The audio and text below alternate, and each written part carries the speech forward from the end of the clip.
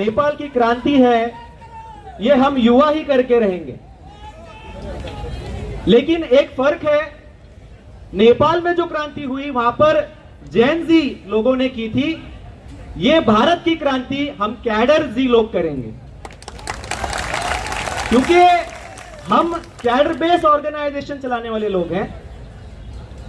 उन युवाओं ने उनके देश की संसद को ही आग लगा दी और जो भ्रष्टाचार के सबूत संसद के अंदर पड़े हुए थे सब जल गए।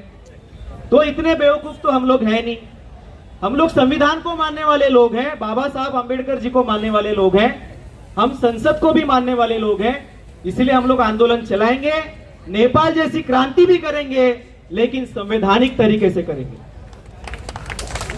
तो साथियों,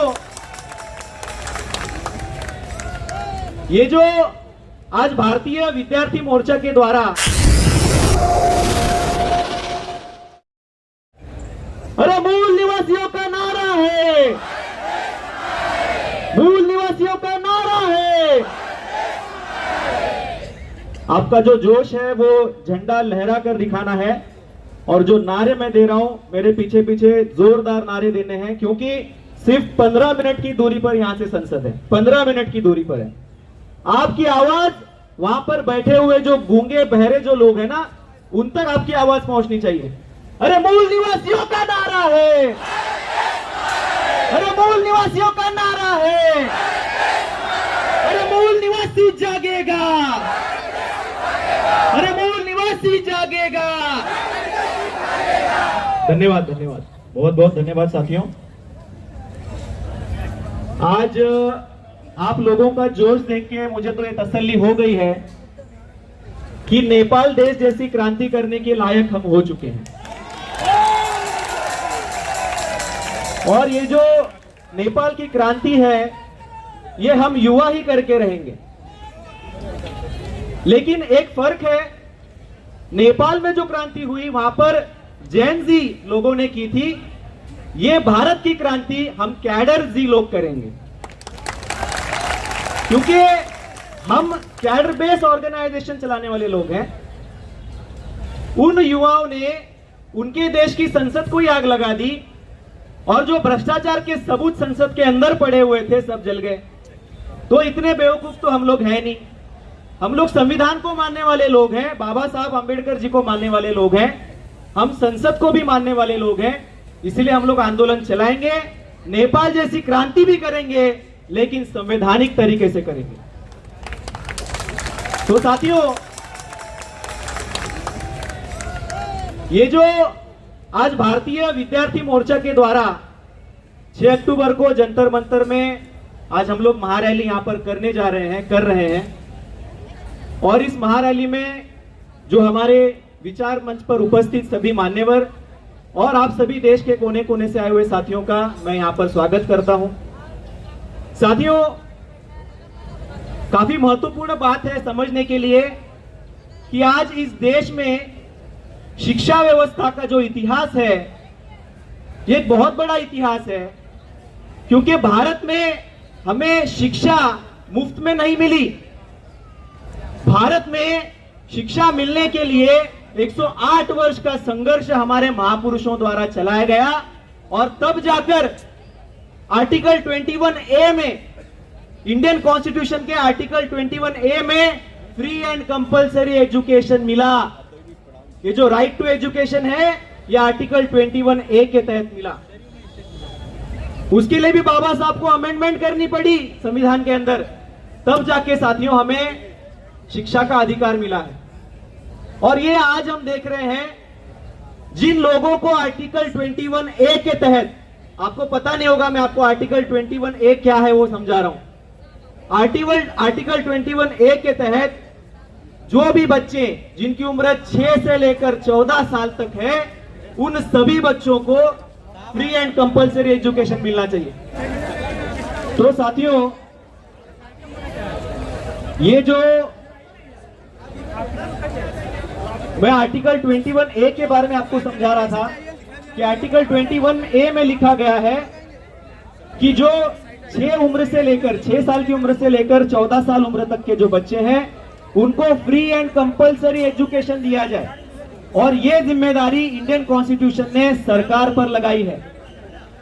तो ये सरकार की जिम्मेदारी बनती है कि उम्र 6 से लेकर 14 तक सभी बच्चों को फ्री एंड कंपलसरी एजुकेशन दिया जाए। लेकिन यही वो सरकार है जो हमारे पास बजट नहीं है ये कहकर अब तक 90,000 सरकारी स्कूलों को बंद कर चुकी है, ताला लगा चुकी है। और इस सरकार के पास कुंभ मेले के लिए 7,500 करोड़ है। कुंभ मेला आयोजित करने के लिए 7,500 करोड़ है, लेकिन शिक्षा देने के लिए सरकार के पास तिजोरी में पैसे नहीं है। तो ये जो सरकार है ये शिक्षा विरोधी सरकार है। और इन्होंने 2020 में जो शिक्षा नीति लाई, इस शिक्षा नीति के तहत हमारे बच्चों को माध्यमिक शिक्षा से, उच्च शिक्षा से वंचित करने के लिए उन्होंने उसमें पॉलिसी बनाकर रखी है। तो इसीलिए साथियों, हमारे बच्चों को माध्यमिक और हायर एजुकेशन ना मिल सके, उनको जो बेसिक एजुकेशन है वो भी ना मिल सके, इसीलिए स्कूल मर्जिंग का नया नाटक किया जा रहा है। और इसके वजह साथियों, जो हमारे बच्चे SC ST OBC के जो बच्चे हैं जो स्कूलों में पढ़ रहे थे, उनकी शिक्षा समाप्त करने वाली एजुकेशन पॉलिसी है। इसीलिए साथियों, एजुकेशन पॉलिसी को हमारे देश में समाप्त करने के लिए सबसे बड़ा आंदोलन चलाने की जरूरत है। और ये आगाज भारतीय विद्यार्थी मोर्चा ने किया है। और इसीलिए जंतर मंतर पर आज हम लोग हजारों लोग यहाँ पर इकट्ठा हुए हैं, ताकि आने वाले समय में ऐसी कोई भी जो गैर संवैधानिक एजुकेशन पॉलिसी है वो इस देश में दोबारा ना बन सके। तो साथियों, मैं आखिरी बात आप सभी लोगों से कहना चाहूंगा, क्योंकि समय की कमी है। मैं सिर्फ एक बात आपको कहना चाहूंगा कि आज भारत के अंदर हम लोग मोर्चे निकाल रहे हैं, हम लोग रैली निकाल रहे हैं, और 3.5% जो ब्राह्मण है वो पॉलिसियां बना रहा है। हम लोग मोर्चे निकाल रहे हैं, वो पॉलिसियां बना रहा है, वो हमारे खिलाफ में पॉलिसियां बना रहा है। 2019 में 103rd अमेंडमेंट के तहत उन्होंने क्या किया, उन्होंने EWS लाया, इकोनॉमिक वीकर सेक्शन लाया। जो गरीब ब्राह्मण है उनके लिए 10% का रिजर्वेशन लागू कर दिया। महाराष्ट्र में मराठा लोग आंदोलन चला रहे हैं आरक्षण के लिए, उनको ये लोग कहते हैं कि 50% से ज्यादा रिजर्वेशन नहीं मिल सकता। और यही लोग हैं जो 10% क्या कर रहे हैं, EWS आरक्षण लगा रहे हैं। तो आज इनकी व्यवस्था है, आज वो सत्ता में बैठे हैं, इसलिए आज वो लोग जो चाहे वो कर सकते हैं। महाराष्ट्र के अंदर परशुराम आर्थिक सहाय्य मंडल बनाया, आर्थिक विकास मंडल बनाया, और उसके अध्यक्ष को मंत्री का दर्जा भी दे दिया। तो इसीलिए साथियों, आज वो लोग पॉलिसी बना रहे हैं और हम लोग मोर्चे निकाल रहे हैं। देश के अंदर जब तक EVM मशीन रहेगी, वो लोग पॉलिसी मेकर बनते रहेंगे। इसीलिए साथियों, हम युवाओं को भी, अगर देश के अंदर अगर सत्ता में बदलाव लाना है, तो हम युवाओं को भी EVM के खिलाफ में खड़े रहना होगा। तब जाकर साथियों इस देश के अंदर एक बड़ी क्रांति हो सकती है। और उन लोगों में काफी खौफ है, मैं देख रहा हूं। अभी जैसे हमारे हेम सिंह सर ने बताया कि ये दिल्ली की परमिशन लेने के लिए कितनी जद्दोजहद करनी पड़ी, वो लोग अंदर से डरे हुए हैं। पहले श्रीलंका हुआ, फिर बांग्लादेश हुआ, अभी नेपाल भी हुआ। कहीं भारत में कोई क्रांति ना हो जाए, कोई छोटा सा आंदोलन भारत के आजादी के क्रांति में ना बदल जाए, इसलिए उनके दिमाग में खौफ है, डर है। और ये डर अच्छा है, ये डर अच्छा है। इसीलिए साथियों, इस डर को बरकरार रखने के लिए आज हम लोग हजारों की संख्या में आए हैं।